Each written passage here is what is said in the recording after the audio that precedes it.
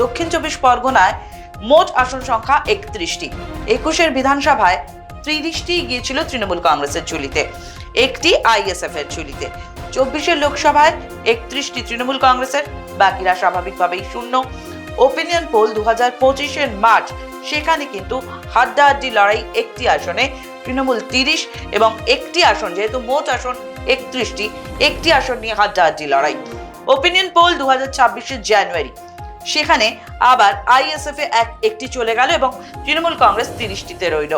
অর্থাৎ আগের বছরের মার্চ থেকে এবছরের জানুয়ারিতে আইএসএফ এর একটা কোথাও যেন সম্ভাবনা তৈরি হলো। ঠিক বলছি সিদ্ধার্থ?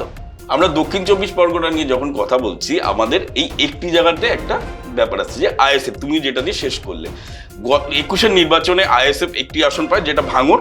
এবারও আমাদের সমীক্ষাতে কিন্তু একটি আসনই দেখাচ্ছে হচ্ছে আইএসএফকে।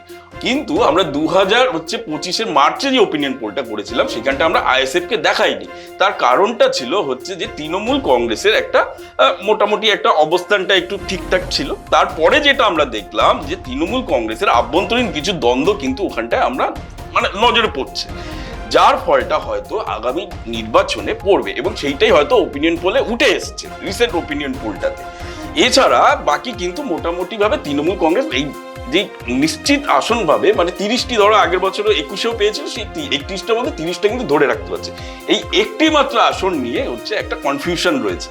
কিন্তু সেই জায়গাটাতে সমীক্ষাতে যেটা দেখাচ্ছে এখনো পর্যন্ত আইএসএফ হচ্ছে এই একটি আসনে হয়তো পুনরায় হচ্ছে জয়লাভ করছে।